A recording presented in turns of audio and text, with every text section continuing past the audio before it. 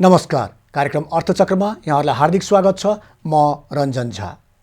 दर्शकवृन्द, वार्षिक बजेट होस् वा नीति तथा कार्यक्रम, नेपाल सरकारको हरेक दस्तावेजले कृषिलाई उच्च प्राथमिकतामा राखेको पाइन्छ।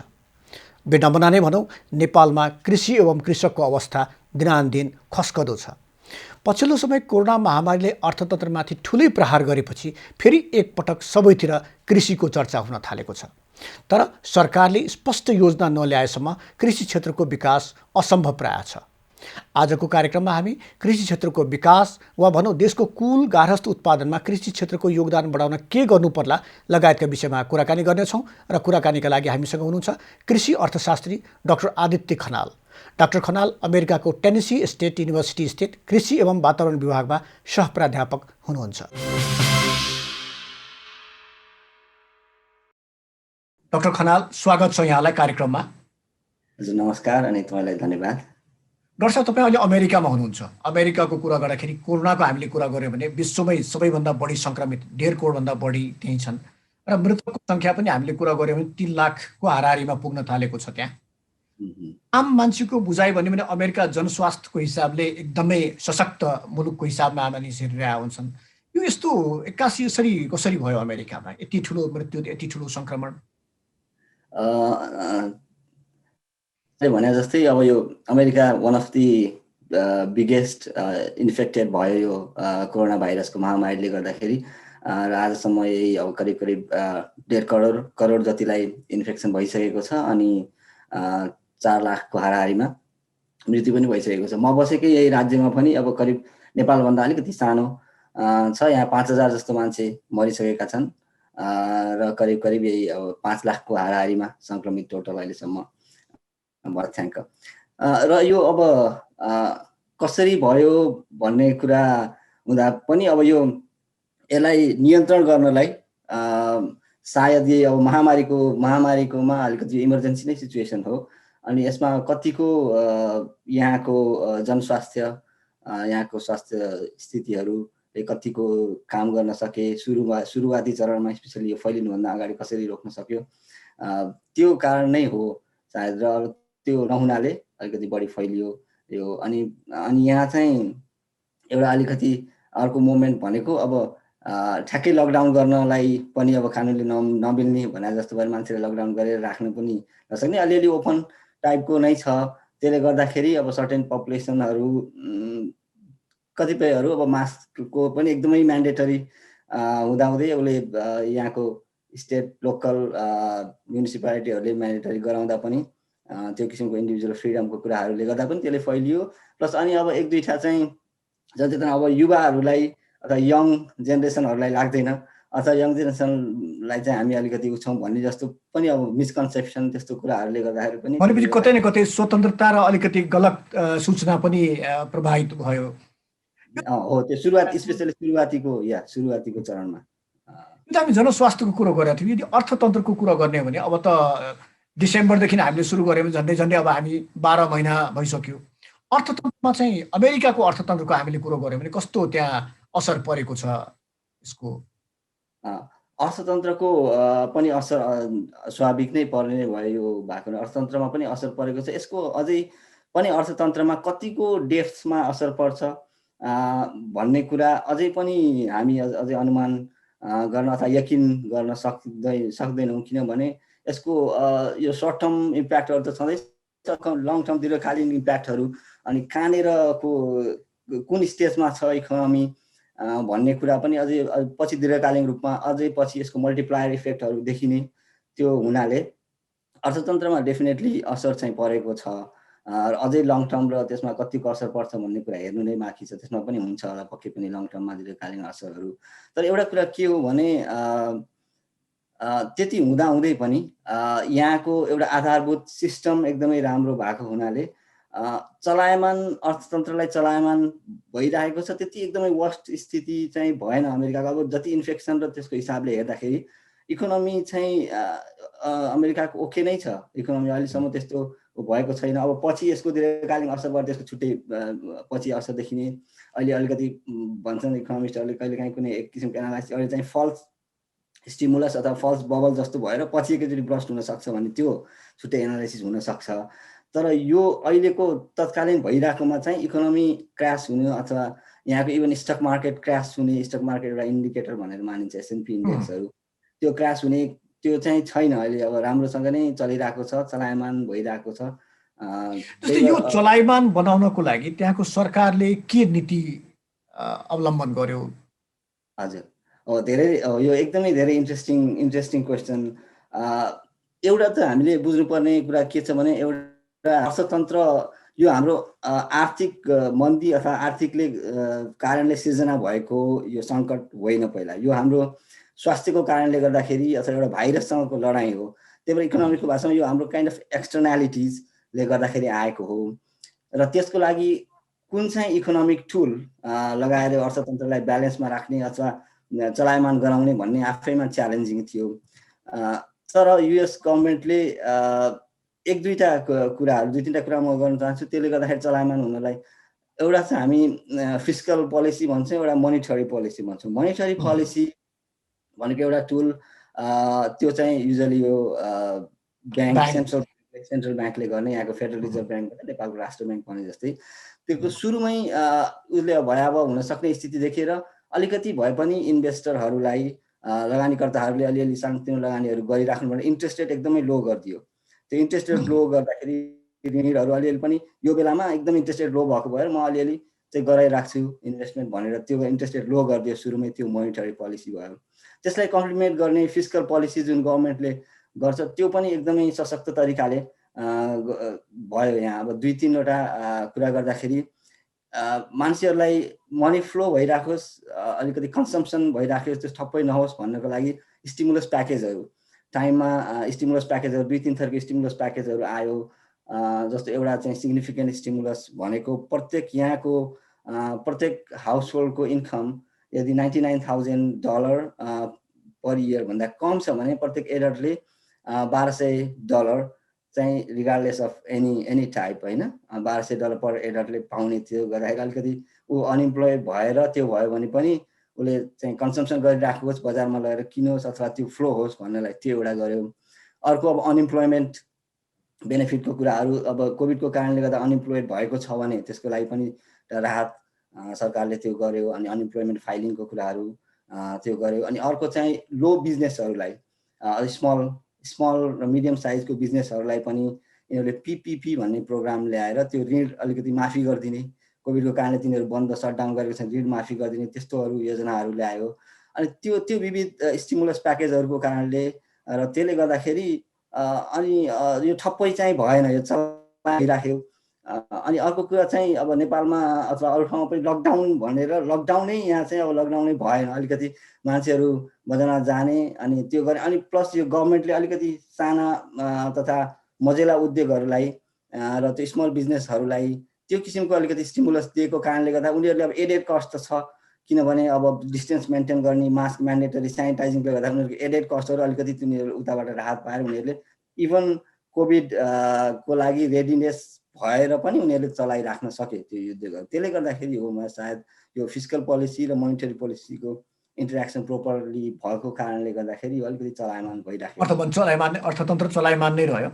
हजुर, नेपालको अर्थतन्त्रलाई कसरी हेरिरहनु भएको छ? अमेरिकामा बसेर कतिको विचार गर्नुभएको छ नेपालको अर्थतन्त्र? किनकि यहाँ पनि चैत्रबाट लकडाउन सुरु भयो र करिब 5 महिनासम्म लकडाउन नै रह्यो र त्यसपछि अलिकति सहज त भयो, खुला त भयो, तर जो उद्योग कल कारखाना या भनौँ न यो व्यापारिक क्षेत्र जसरी चलायमान हुनुपर्ने थियो त्यो अझै पनि हुन सकेको छैन। हो नेपालको इन्ट्रेस्टिङ दुई तिनवटा कुरा चाहिँ मैले अलिकति अब्जर्भ गरेको र अब यसको ठ्याक्कै अब सोल्युसन अथवा के गर्ने भन्ने त नहुन सक्छ, तर दुई तिनवटा कन्सर्नको कुराहरू अहिले चाहिँ नेपालमा यसै पनि अलिकति आर्थिक एकदमै बुमिङ भएको थिएन, यतिकै स्लो डाउन नै थियो। त्यसमा पनि अब यो कोरोनाको महामारी आएपछि दुई तिनवटा कन्सर्न, एउटा चाहिँ हाम्रो अर्थतन्त्रको मेन किस्सा भनेको रेमिट्यान्स थियो। अब त्यो रेमिट्यान्स पनि अब विदेशी राष्ट्रहरू जहाँ रेमिट्यान्सको लागि जान्थे नेपालीहरू त्यहाँ पनि उनीहरूको पनि आर्थिक मन्दी भएको कारणले गर्दाखेरि यदि त्यो रेमिट्यान्सको इन्कम पनि आउन कम भयो भने त्यसले अब कस्तो सिचुएसन ल्याउला भन्ने एउटा कन्सर्न हो। अनि त्यो रिमिट्यान्स इन्कम कम हुन थालेपछि अब त्यससँग कनेक्टेड धेरै कुराहरू हुनसक्छ। अब किनभने हाउस होल्डको इन्कम घट्ने भयो, त्यसले गर्दाखेरि कन्सम्सन घट्ने भयो, त्यसले गर्दाखेरि सोसाइटीमा अलिकति सोसल इनइक्वेलिटीको कुराहरू आउन सक्छ। अनि मान्छेहरूको बेरोजगारी बढेपछि त्यहाँ अब सबै क्रान्तिकारी हुन थाल्ने अथवा त्यो विभिन्न किसिमका विकृतिहरू देखिने एक किसिमको त्यो होला होइन, अनइम्प्लोइमेन्टले गर्दा त्यो सिर्जना गर्न सक्ने हुनसक्छ, त्यो एउटा कन्सर्न। अर्को चाहिँ हाम्रो विदेशबाट धेरै सहयोगहरू दात्री राष्ट्रहरू आफै सङ्कटमा भएको हुनाले अब त्यो किसिमको सहयोगहरू कति आउला अथवा त्यो सहयोग घट्यो भने अझै घट्न गयो, यो कोरोनाले गर्दाखेरि घट्यो भने नेपालले त्यसलाई कसरी समाधान गर्ने होला भन्ने किसिमको कन्सर्न अर्को छ। अनि अब इकोनोमिक तपाईँले भने जस्तै इकोनोमिक ग्रोथ रेट त अब घटि नै हाल्यो, अरू कन्ट्रीहरूको पनि घटेको छ, तर नेपालको कन्टेक्स्टमा प्रोजेक्टेड भन्दा अब धेरै नै घटेको छ। अराउन्ड 8% जस्तो प्रोजेक्ट गरेको, अहिले 2% जस्तो भन्ने देखाएको छ। त्यो हकमा चाहिँ अब अरू कन्ट्रीहरूको एकदमै आधारभूत उनीहरूको रेजिलेन्सी सिस्टम अलिकति रिजिलेन्ट सिस्टम कम्पेरिटिभली बढी भएको, उनीहरू छिटो रिभाइभ होला नि, तर नेपाल रिभाइभ हुनलाई टाइम लाग्न सक्छ अथवा के होला भन्ने किसिमको कन्सर्न। र अर्को फाइनल कन्सर्न भनेको अब हामीले यो धेरै वर्ष अगाडि गरिबीको रेखामुनि भएको नेपालीहरू लाई त्यो चाहिँ घट्दै गइरहेको थियो। त्यो पपुलेसन अब फेरि बढ्दै गयो, फेरि गरिबीको रेखामुनि जाने पनि चान्सेसहरू छ। यसलाई हामीले गर्न सकिएन समयमै भने अब यसको लङ टर्म मल्टिप्लायर इफेक्टहरू बढी हुँदाखेरि त्यो किसिमको चाहिँ देखेको छु मैले अहिले नेपालको अब धेरै समस्याहरू च्यालेन्जेसहरू। समस्या त यो छ त, वास्तवमा यो समस्यालाई सम्बोधन गर्नको लागि सरकारले अहिलेको अवस्थामा कस्तो नीति ल्याउनु पर्ने होला? जस्तै अमेरिकाको तपाईँले उदाहरण दिए हुनुहुन्थ्यो, विभिन्न किसिमका स्टिमुलस प्याकेज बेरोजगारहरूको लागि किसिम। नेपाल जस्तो देश फेरि अमेरिकासँग तुलना गर्न अलिकति गाह्रो हुन्छ। अमेरिका भनेको विश्वकै सबैभन्दा शक्तिशाली राष्ट्र भन्छौँ हामी, आर्थिक रूपमा सुदृढ समृद्ध छ त्यो राष्ट्र। तर नेपालको कुरा यस्तो अवस्थामा नेपाल जस्तो अर्थतन्त्र भएको राष्ट्रले अहिलेको अवस्थामा आफ्नो अर्थतन्त्रलाई चलायमान बनाउनको लागि के गर्नु पर्थ्यो, कस्तो नीति ल्याउनु पर्छ?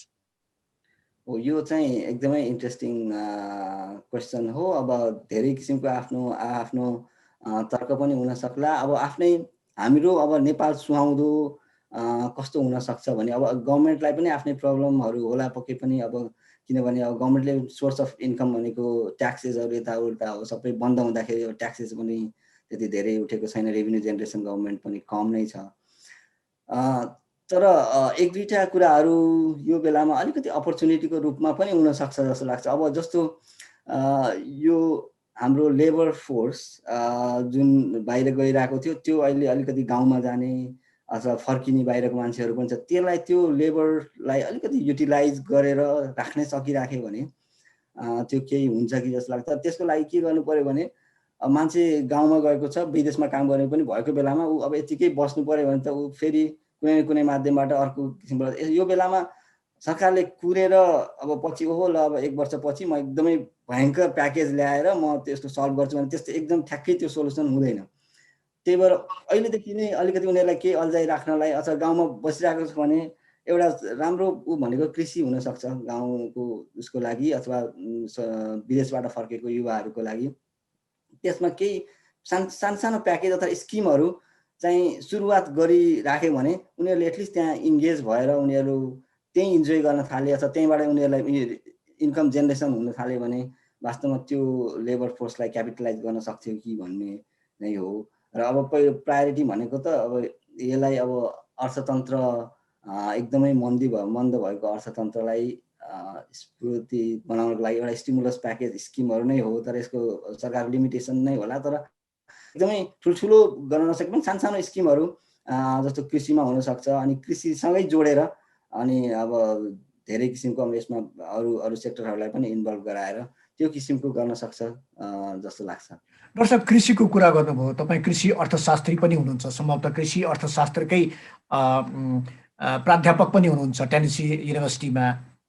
यो नेपालकै कुरा गर्दाखेरि नेपालको अर्थतन्त्रमा जति बेला सङ्कट पर्छ त्यति बेलामा चाहिँ कृषिको कुरा गर्छन्। यो सङ्कटको बेला मात्रै कृषिको कुरा चाहिँ किन हुन्छ? एकदमै राम्रो प्रश्न। यो कृषि यस्तो भयो कि त्यो रटान लगाए जस्तो भयो कि कृषि नेपालको लागि जसले पनि घोकेर अब एउटा म्यानिफेस्टोबाट अर्को म्यानिफेस्टोमा सार्ने कृषि पर्यटन त्यो सेन्टेन्स सार्ने भने जस्तो भएको छ। तर रियल तरिकाले कृषिमा अथवा त्यसमा कतिको भएको छ भन्ने कुरा चाहिँ अझै क्वेसनेबल नै छ। त्यो ओभर द इयर्स हामीले कृषिको गऱ्यौँ। अब कतिपय कुराहरू अब ओभर द इयर भइराखेको पनि छन्, नभएको एकदमै कम्प्लिटली भन्ने होइन, तर जति हामीले कुरा गर्छौँ भन्छौँ त्यो किसिमको भएको छैन। त्यो कारण मैले एक दुईवटा कुराहरू गर्दाखेरि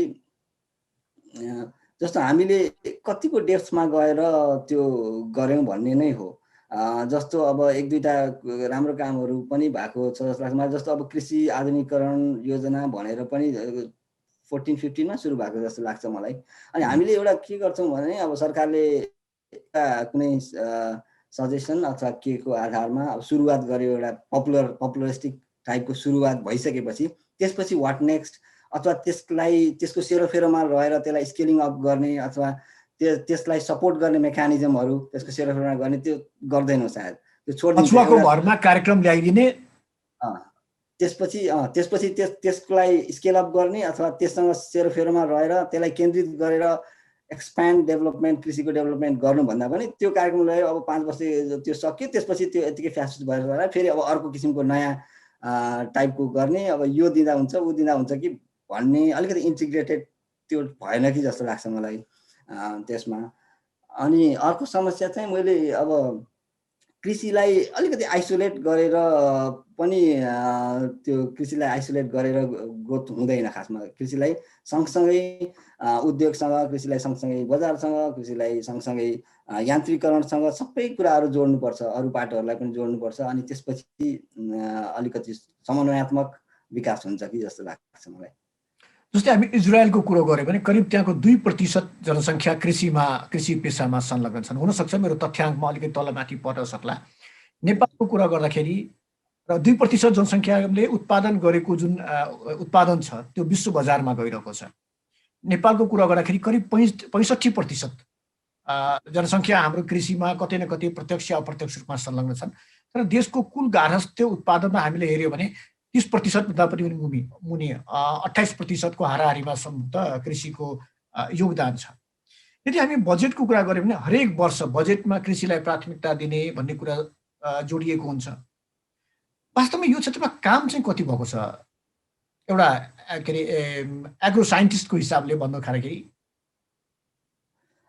कामहरू नभएको होइन, भएको छ। तर चाहिँ मैले भनेको जस्तो अब प्रोडक्सन बढाउने भनेर भनियो, कृषिको प्रोडक्सन बढाइसकेपछि त्यससँग सँगसँगै धेरै कुराहरू च्यानलाइज गर्न अथवा क्यापिटलाइज गर्न सकेको छैन कि जस्तो लाग्छ मलाई। प्रोडक्सन बढाउनेको साथसाथै त्यसलाई मार्केटसँग, त्यसलाई प्रोसेसिङसँग, त्यसलाई स्टोरेजसँग, इन्फ्रास्ट्रक्चरसँग सबै कुराहरू जोडेर त्यो भयो भने त्यो मल्टिप्लायर इफेक्ट भएर त्यो ग्रोथ हुँदै जान्छ।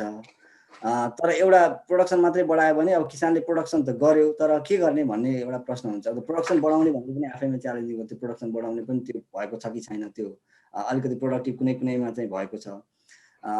तर त्यसले गर्दाखेरि कृषिको समग्र विकास चाहिँ भएको छैन।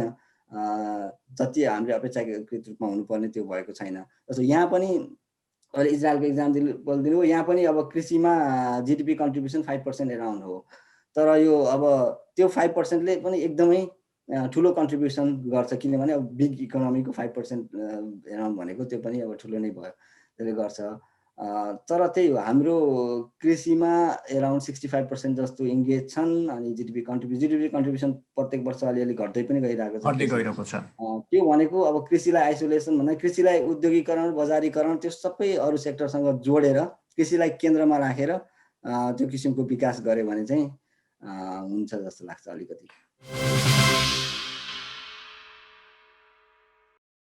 डाक्टर साहब, अहिले यदि कृषिकै कुरा गऱ्यो भने नेपालमा खेती योग्य जग्गा 41,21,000 हेक्टर छ। खेती भएको जग्गा अहिले पनि 30,91,000 हेक्टरमा मात्रै छ। वर्षभरि सिँचाइ पुग्ने जग्गा 40% मात्रै छ यहाँ। र कृषि पेसामा संलग्नको कुरा हामीले भर्खरै गऱ्यौँ, 65% को हाराहारीमा छ।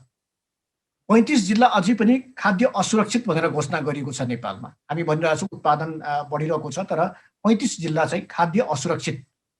त्यस्तै 24% जनसङ्ख्या त खाद्य गरिबीमा उनीहरूलाई राखिएको छ। र 41% देशको जनसङ्ख्याको हामी कुरो गर्ने भने उनीहरू न्यूनतम क्यालोरी नपुगेको वर्गमा पर्छन्। यो अवस्था छ हाम्रो कृषिको।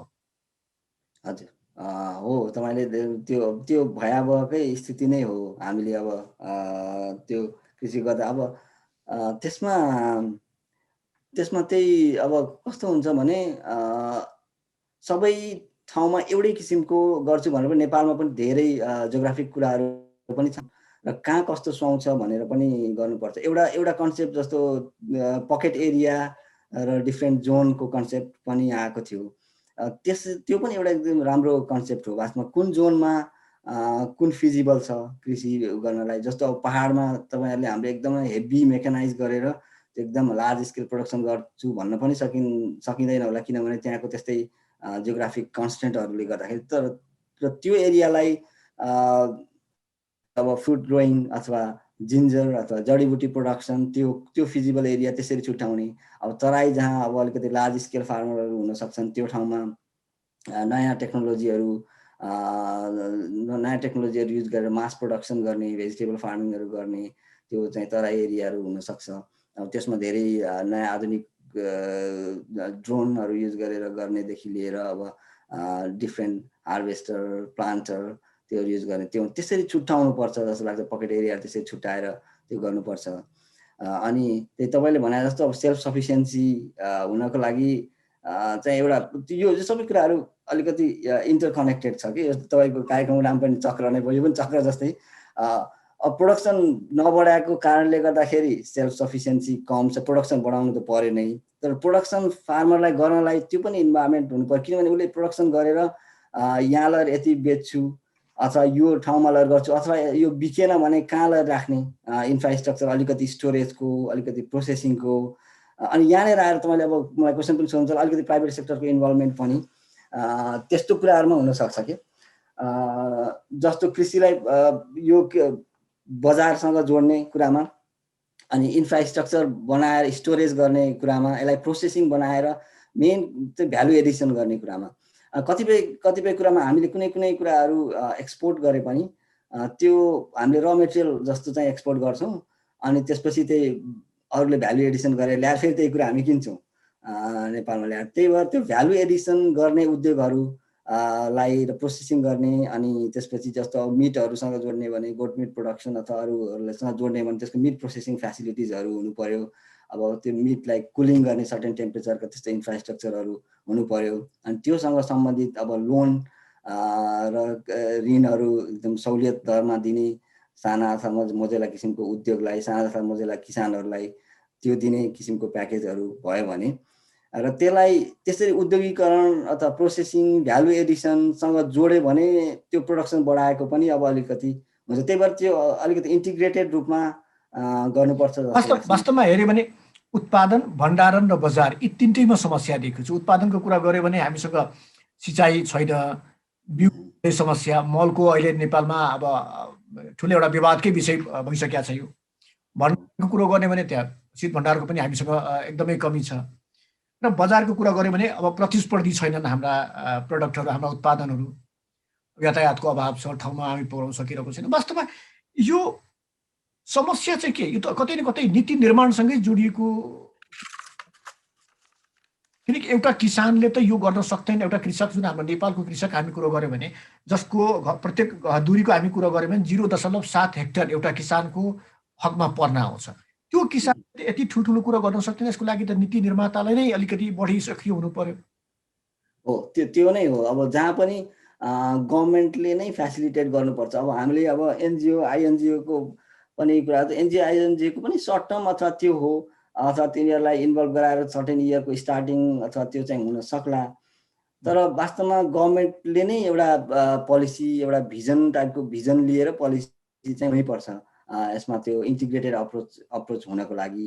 र त्यसमा त्यही हो, काहीँ न काहीँ त्यो नै ल्याकिङ छ। सबभन्दा फर्स्ट थिङ भनेको त्यो नै ल्याकिङ भएको हो नेपालको परिप्रेक्ष्य। यो जुन कमी भन्नुभयो, यो कमी के जानी गरिएको कमी हो या उहाँहरूमा ज्ञानको कमी छ, के पाउनु भएको छ? हो, त्यो पनि भेरी इन्ट्रेस्टिङ क्वेसन। यो अब जानी पनि होइन होला, अब गर्ने कृषिमा गर्ने भनेर भनिरहेको छ। एउटा अब सायद अब त्यो एउटा कम्प्रिहेन्सिभ टाइपको डेभलपमेन्ट गर्ने प्लान भएन कि, प्लानै भए पनि अब त्यो इम्प्लिमेन्टेसनमा अब अलिकति त्यो नारा मात्रै सीमित गरेको पनि हुनसक्छ। एउटा प्लान बनाएर मात्रै पनि भएन। त्यसलाई एक्जिक्युसन कसरी भयो भन्ने भयो। अनि अर्को एउटा चाहिँ अब यो एउटा अपर्च्युनिटी जस्तो अब जस्तो यही अब बाहिर गइरहेको अब कृषिको अहिले हेर्ने भने कृषिको जनशक्ति पनि नेपालमा बढिरहेको छ। कृषिको जनशक्ति पहिलेको तुलनामा हेर्ने भने अहिले अब प्राइभेट कलेजहरू, प्राइभेट युनिभर्सिटीहरू त्योहरू पनि छन् कृषिको जनशक्ति। तर अब कृषिको जनशक्ति धेरै अब बाहिरै आउने भने जस्तो पनि छ त्यो एउटा कन्ट्रास्टिङ। त्यो पनि कारण के हुनसक्छ भने त्यही हो, अब फेरि सबै अरू कुरा छ आधारभूत त्यहाँ उनीहरूको लागि गर्ने कुराहरू भएन कि अब कृषिको हामीले जनशक्ति उत्पादन गऱ्यौँ तर त्यसपछि कहाँ तिनीहरूलाई रोजगारी दिने अथवा त्यो फ्लोरिस भइरहेको छैन नि। उत्पादन भइसकेपछि डाक्टर साहब जस्तै टेनेसी विश्वविद्यालय जाने भयो त्यसमा। हजुर हो त्यो भइरहेछ। अनि अब हुन त अलिकति रेडिकल टाइपको यो सबै कुराहरूले गर्दा अलिकति रेडिकल टाइपको पनि हुनसक्छ, कति गर्न सक्छौँ सक्दैनौँ। यहाँ चाहिँ अब युएसमा अब युनिभर्सिटीलाई नै अब युनिभर्सिटीलाई दिएको हुन्छ जिम्मा यो चाहिँ हाम्रो अध्ययन अध्यापन त भयो अनि रिसर्च अनुसन्धान भयो अनि प्रसार सबै ल्यान्ड ग्रान्ट सिस्टम भनेर भन्छ यहाँ। त्यो चाहिँ युनिभर्सिटीकै मातहतमा रिसर्च पनि हुने अनि अब त्यो उत्पादन अब त्यो जनस्रोत पनि जेनेरेट गर्ने अनि त्यसपछि प्रसार पनि त्यसरी गर्ने। अब त्यो टाइपको भएपछि के हुने भयो त भन्दा त्यो इन्गेज हुने भयो कि त्यही रिसर्च गरेको छ। त्यसपछि अब त्यहाँबाट भइसकेपछि त्योसँग सबै कनेक्टेड छ। अब इन्टर्नसिपको अथवा प्राइभेट एग्री बिजनेसेसहरू पनि त्यहाँ इन्टर्नसिप अपर्च्युनिटी हुन्छ अनि त्यही इम्प्लोइमेन्ट हुन्छ। त्यस्तो तरिकाको इन्टिग्रेटेड छ यहाँको सिस्टम। अब नेपालमा पनि अल्टिमेटली त्यो अब इन्टिग्रेटेड कुनै न कुनै एङ्गलमा त्यो डिरेक्सनमा जाने हो कि अथवा त्यही सबै सेक्टरहरूलाई धेरै कुराहरू गर्नु छ खासमा। किनभने अब जनशक्ति उत्पादन गरेपछि उनीहरूलाई त्यही किसिमको वातावरण बनाएर त्यहाँ राख्ने किसिमको फ्लोरिस पनि हुनु पर्यो र उसले आफ्नै एफोर्टमा अब केही गर्न खोज्यो भने त्यो वातावरण पनि हुनु पर्यो। जस्तो अब सानो आफै सेल्फ इम्प्लोइमेन्ट अथवा आफै एन्टरप्रेनर भएर भयो भने त्यो एन्टरप्रेनर हुनलाई फ्लोरिस हुने इन्भाइरोमेन्ट हुनु पर्यो अथवा डिफ्रेन्ट नयाँ एन्टरप्राइजहरूको डेभलपमेन्ट हुनलाई प्रमोसन पनि हुनु पर्यो कृषि केन्द्रित। त्यो टाइपको चाहिँ एटलिस्ट गभर्मेन्टले फेसिलिटेट गर्न सक्छ। यसमा सरकारको भूमिका त हामीले कुरो गऱ्यौँ, निजी क्षेत्रको के भूमिका हुन सक्छ यसमा? निजी क्षेत्रको भूमिका मैले देखेको यो अब उत्पादनमुखी चाहिँ परियोजनाहरू सरकारले ल्याए, उत्पादन बढाउने परियोजनाहरू। निजी क्षेत्रको भूमिका चाहिँ अलिकति प्रोसेसिङ र भ्यालु एडिसनमा, जस्तो हामीले भन्यौँ अब हामीले यो फर्टिलाइजर पनि हामीले त्यो कन्ट्रोभर्सी नै छ भने त्यस्तो सेक्टरहरूमा अनि त्यसपछि ब्याङ्किङ किसिमको अब जस्तो निजी ब्याङ्कहरूले पनि कृषिको ऋण दिनको लागि अब त्यसमा फेरि सरकारले पनि फेसिलिटेट गर्नुपर्छ, उनीहरूलाई पनि केही सहुलियत दिने हुनुपर्छ ब्याङ्कहरूलाई र त्यो कृषिको ऋण अलिकति फेसिलिटेट अलिकति इजी गर्ने, रुरलमा उनीहरूको शाखाहरू धेरै हुने अनि किसानलाई त्यो पहुँच होस्, त्यो किसिमको एउटा प्राइभेट सेक्टर इन्भल्भमेन्ट त्यहाँ हुनसक्छ। अर्को मैले भनेको त्यो भ्यालु एडिसनमा, प्रोसेसिङमा, इन्फ्रास्ट्रक्चर डेभलपमेन्टमा, यो अब कुलिङ फेसिलिटिजको कुरामा, त्यसलाई बजारसँग जोड्ने कुरामा, मार्केट आउटलेटको कुरामा, जस्तो अब लोकल प्रोडक्सनलाई लोकल मार्केटसँग अलिकति लिङ्क गर्ने कुरामा प्राइभेट सेक्टरको हुनसक्छ। जस्तो लोकल मार्केट आउटलेटहरू बनाउने, त्यही किसिमको सुपर मार्केटहरू अथवा लोकल्ली त्यो प्रमोसन गर्ने कुरामा निजी क्षेत्रको भूमिका हुनसक्छ। अनि अब त्यो मैले देखेको धेरै यो भ्यालु एडिसनमा र ब्याङ्किङमा सपोर्टमा त्यो हुनसक्छ। अनि त्योसँग जोडेको कुराहरू चाहिँ जस्तो अब अलिकति ठुलो कम्पनीहरूले प्रोसेसिङमा गर्नलाई फार्मरहरूलाई कन्ट्र्याक्ट फार्मिङमा इन्भल्भ भएर सर्टेन लेभलको कन्ट्र्याक्टमा सपोर्ट गर्ने, जस्तो इनपुट फेसिलिटेट गर्ने अथवा आउटपुट फेसिलिटेट गर्ने, बजारमा फेसिलिटेट गर्ने अथवा उनीहरूको इनपुट पुरा, जस्तो फर्टिलाइजरको प्रब्लम भयो भने फार्मरले एडिक्वेट प्रोडक्सन गर्न सक्दैन, तर त्यो सपोर्ट हुने मा प्राइभेट सेक्टरको इन्भल्भमेन्ट भएर त्यो कन्ट्र्याक्ट सर्टेन कन्ट्र्याक्ट दिने। जस्तो अब पोट्याटो चिप्स बनाउँछु मैले भनेर कुनै प्राइभेट सेक्टर आयो भने उसले अब फार्मरलाई पोट्याटो ग्रो गर्नलाई उसलाई इनपुटमा कन्सटेन्ट छ भने इनपुटमा सुरुमा सपोर्ट गर्यो, तर उसले टर्म्स एन्ड कन्डिसन बनायो कि यस्तो क्वालिटीको हुनुपर्छ पोट्याटो, यति मास प्रोडक्सन हुनुपर्छ, तर म ग्यारेन्टी गरिदिन्छु। त्यो टाइपको त्यो प्रोसेसिङ र भ्यालु एडिसनमा चाहिँ हुनसक्छ र प्लस अनि ब्याङ्किङ। डाक्टर साहब, अहिले यो खास गरिकन कोरोना महामारीका कारण जुन विदेशमा धेरै ठुलो सङ्ख्यामा युवाहरू थिए अहिले फर्किएका पनि छन्, भारतबाट पनि फर्किएका छन्, खाडी मुलुकबाट पनि फर्किएका छन्। यी युवाहरूलाई कृषिमा लगाउन सकिन्छ कि सकिन? यदि यसको लागि सरकारले के प्लान गर्यो भने, के योजना ल्यायो भने यिनीहरूलाई हामी कृषितर्फ आकर्षित गर्न सक्छौँ?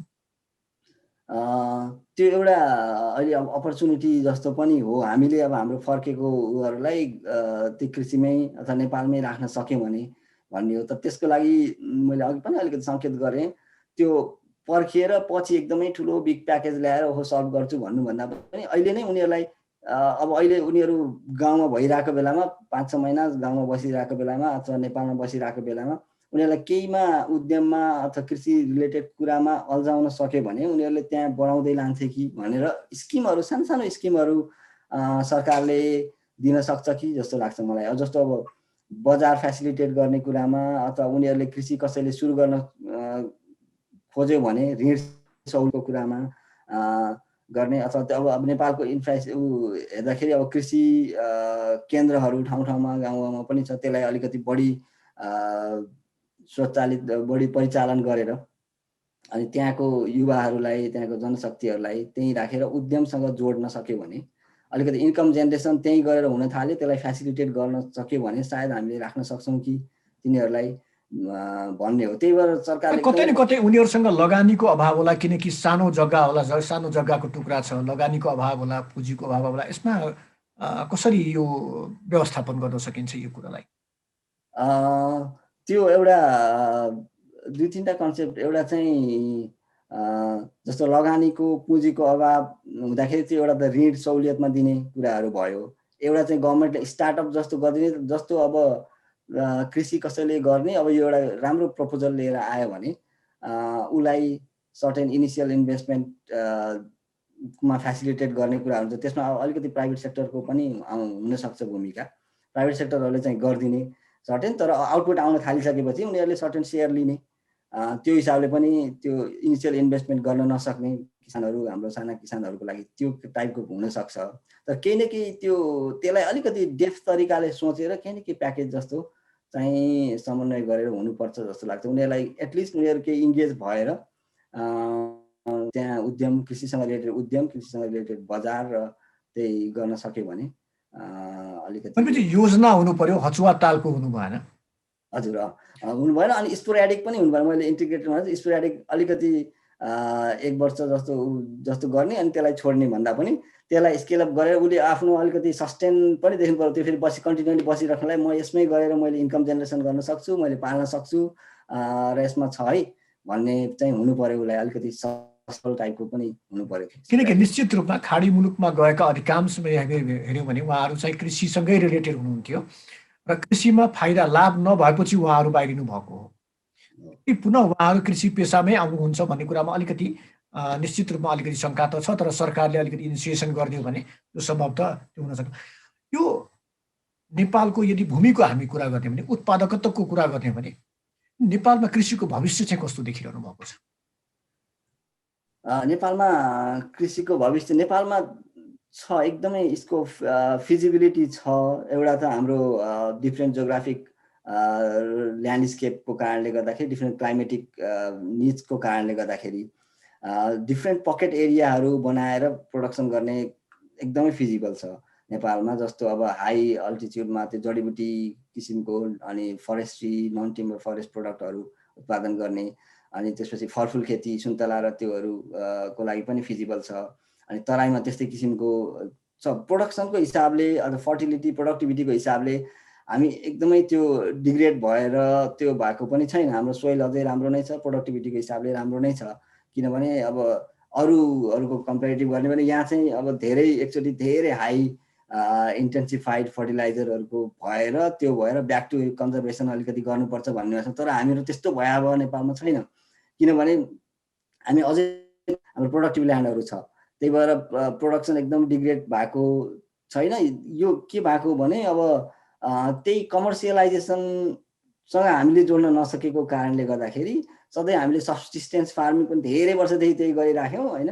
अनि अब कृषि गर्न त कसले जाने हुँदैन र कृषि गर्न भनेर भने हुन्छ, तर हामीले कमर्सियल्ली गर्न जानेका छौँ कि छैनौँ, कमर्सियल्ली गरेको छ कि छैन। र त्यसैबाट मेन मान्छेलाई के हुनु पर्यो, त्यहीबाट आम्दानी गरेर उसले चाहिँ परिवार पाल्ने त्यो हुनु पर्यो। त्यसको लागि मैले अब त्यो धेरै त्यो कन्जर्भेसनको लागि अथवा त्यो एकदम प्रोडक्टिभिटी डिग्रेड भएको चाहिँ त्यस्तो छैन नेपालमा, त्यति स्थिति छैन, प्रोडक्टिभ नै छ हाम्रो ल्यान्डहरू।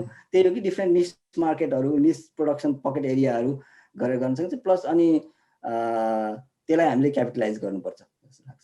तर सत्य डाक्टर साहब, 3 दशक पहिले हामी धान निर्यात गर्थ्यौँ, अहिले हामी श्रम शक्ति निर्यात गरिरहेको छौँ। यो भनेको हाम्रो वास्तविकता हो। डाक्टर साहब, कार्यक्रमको अन्तिममा पनि हामी आइसकेका छौँ। अब यो अहिले यो कोरोना महामारीले पनि हामीलाई धेरै कुरा सिकाएको छ। अब आगामी दिनमा सरकारले कस्ता कार्यक्रमहरू ल्याउनु पर्ने हुन्छ, खास गरिकन यो कृषि उत्पादन जुन हामीले कुरो गरिरहेको थियौँ, कृषि उत्पादन बढाउनको लागि के गर्नु पर्ला? धन्यवाद प्रश्न। यो चाहिँ अब मैले सङ्केत गर्न खोजिरहेको भनेको यो इन्टिग्रेटेड नै जानुपर्छ, इन्टिग्रेटेड अप्रोचले जानुपर्छ। कृषिलाई केन्द्रमा राखेर अहिले हामीलाई अपर्च्युनिटी पनि छ, जस्तो अब यो हाम्रो लेबर फोर्सको अपर्च्युनिटी हुनसक्छ हामीलाई, त्यसलाई राखेर उनीहरूलाई कृषिलाई एन्टरप्रेन्योरसिपसँग अलिकति जोड्ने, त्यो फेसिलिटेट गरेर यसलाई अलिकति कमर्सियलाइज, हेभी कमर्सियलाइज तर्फ लैजानुपर्छ। र कृषिलाई बिचमा राखेर अरू कुरा आइसोलेसनमा हेर्नु हुँदैन जस्तो लाग्छ मलाई। अरू कुराहरूलाई कृषि केन्द्रित गरेर इन्जिनियरिङ पनि, कृषिसँग रिलेटेड इन्जिनियरिङ हुनसक्छ, रोबोटिक सिस्टमहरू, न्यू टेक्नोलोजी एडप्सन गरेर प्रोडक्सन बढाउने त्यो कुराहरू छँदैछ। इन्जिनियरिङ रोबोटिक सिस्टमहरू ल्याएर, ड्रोनको युज गरेर र टेक्नोलोजी एडप्सन र प्रोडक्सनको कुरा त छँदैछ। त्यसपछि वाट नेक्स्ट भन्ने पनि सँगसँगै जानुपर्छ। जस्तो प्रोसेसिङको कुराहरू, इन्फ्रास्ट्रक्चरको कुराहरू हुने भयो, अनि स्टोरेज, त्यो कुलिङ फेसिलिटीहरू हुनु भयो, मिड प्रोसेसिङ फेसिलिटी हुनुभयो, भ्यालु एडिसनको कुराहरू हुनु पर्यो, ताकि अब उसले आफै स्वरोजगार किसिमले एन्टरप्रेनर अथवा एन्टरप्राइजहरू, नयाँ एन्टरप्राइज होस्। अनि अर्को चाहिँ कृषिलाई हामी पर्यटनसँग पनि जोड्न सक्छौँ। पकेट एरिया हेरिकन पहाडी एरियामा जहाँ धेरै प्रोडक्सन हुँदैन त्यसलाई पर्यटनसँग, कृषि पर्यटनसँग जोड्न सकिन्छ। यहाँ पनि हामीले कृषि पर्यटनहरू देखिरहेको छौँ र नेपालमा अलिअलि पनि त्यो भएको छ। तर त्यसलाई ठाउँ हेरेर त्यसरी कृषिलाई पर्यटनसँग गर्न सकिन्छ, स्वरोजगार सिर्जना गर्न सकिन्छ। र अनि त्यसपछि त्यही हो, यो सबै गर्नलाई चाहिँ सरकारले अथवा यसलाई इन्टिग्रेटेड रूपमा कृषिलाई केन्द्रमा राखेर गर्नलाई अब अलिकति लोन सब्सिडी प्रोग्रामहरू, प्याकेजको प्रोग्रामहरू अथवा लोनमा गर्ने, प्राइभेट सेक्टरको इन्भल्भ भएर प्रोसेसिङमा अथवा मार्केटिङमा फेसिलिटेट गर्ने, अनि अलिकति मास स्केल र त्यसलाई बजारसँग जोड्ने, त्यो कुराहरू चाहिँ गर्नुपर्छ जस्तो लाग्छ मलाई। अनि त्यही ओभरअल चाहिँ अब अलिकति वेलकमिङ इन्भाइरोमेन्ट हुनु पर्यो नयाँ एन्टरप्राइज गर्नको लागि। अनि अल्टरनेटिभ प्रोफिटेबल एन्टरप्राइज कसैले कृषिसँग रिलेटेड गर्न सक्छ भने त्यसको लागि सरकारले अलिकति फेसिलिटेट गर्नु पर्यो। ऋण सहयोग अथवा इनिसियल इन्भेस्टमेन्ट सहयोग अथवा प्राइभेट सेक्टरसँग कनेक्सन, त्यो किसिमको त्यो गर्न सकिन्छ जस्तो लाग्छ। हस् डाक्टर साहब, समय र संवादका लागि यहाँलाई धन्यवाद। तपाईँलाई धेरै धेरै धन्यवाद, मलाई अवसर दिनुभयो 2-4वटा कुरा राख्नको लागि। र यो सबै भयो भने एकदमै पोजिटिभ नोटमा जो कृषि क्षेत्र र हाम्रो यो कोरोनाको महामारीले ल्याएको सङ्कटबाट पनि यसलाई अवसरको रूपमा सरकारले अथवा हामी सबैले अलिकति गर्न सकौँ नेपालको लागि भन्ने नै कामना हो।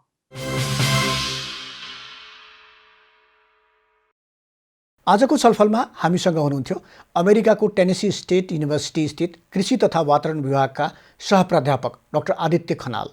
हामी देशको कृषि क्षेत्रको विकास र कुल गार्हस्थ्य उत्पादनमा यस क्षेत्रको योगदान बढाउन के गर्नु पर्ला लगायतका विषयमा कुराकानी गरिरहेका थियौँ। हस्त कार्यक्रम अर्थचक्र आजलाई यति नै। खबरभित्रको खबरका लागि हेर्दै रहनुहोला एभी न्युज खबर।